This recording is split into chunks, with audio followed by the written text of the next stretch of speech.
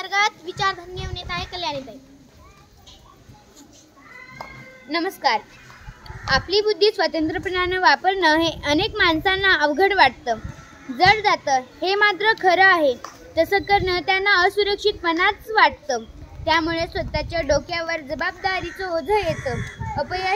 अपयशाची, पराभवाची भीती वाटते। त्यामुळं चाकोरीचा सुरक्षित मार्ग स्वीकारून सुख समाधानानं जगावं असं त्यांना वाटतं। पण अशा प्रकारचं सुख समाधान हा आपल्या